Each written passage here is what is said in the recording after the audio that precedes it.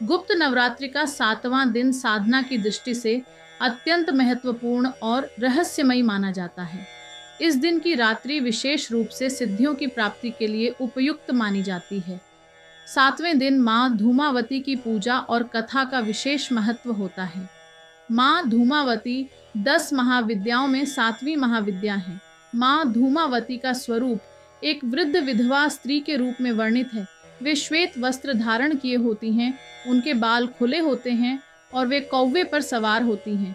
उनका चेहरा तेजस्वी परंतु गंभीर होता है।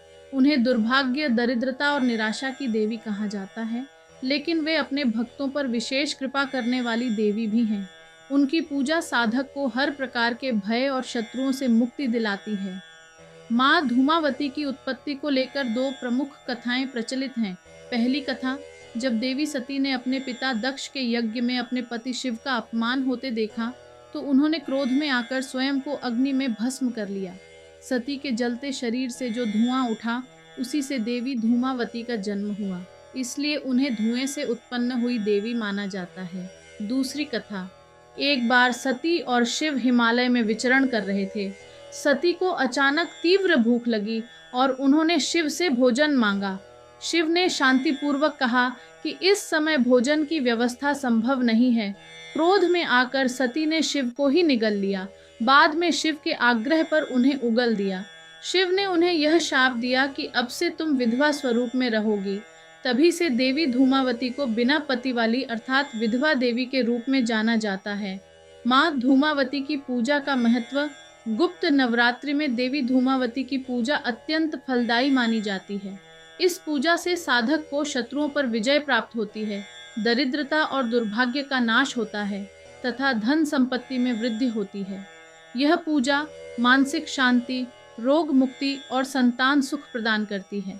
कहा जाता है कि माँ धूमावती की उपासना से वशीकरण की शक्ति प्राप्त होती है और साधक को आत्मिक बल मिलता है। वे रहस्यमयी होते हुए भी करुणामयी देवी हैं, जो भक्तों की मनोकामनाएं पूर्ण करती हैं। माँ धूमावती की पूजा विधि, प्रातः स्नान करके स्वच्छ वस्त्र धारण करें।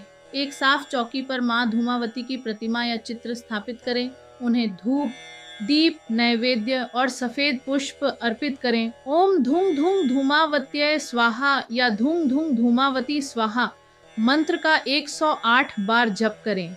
माँ धूमावती की कथा का पाठ करें या श्रद्धा से सुने। अंत में आरती करें और अपनी मनोकामनाओं की पूर्ति की प्रार्थना करें। यदि आप चाहते हैं कि माँ की ये कृपा निरंतर बनी रहे तो इस वीडियो को लाइक करें, अपने प्रियजनों के साथ शेयर करें और अपने विचार कमेंट में जरूर लिखें।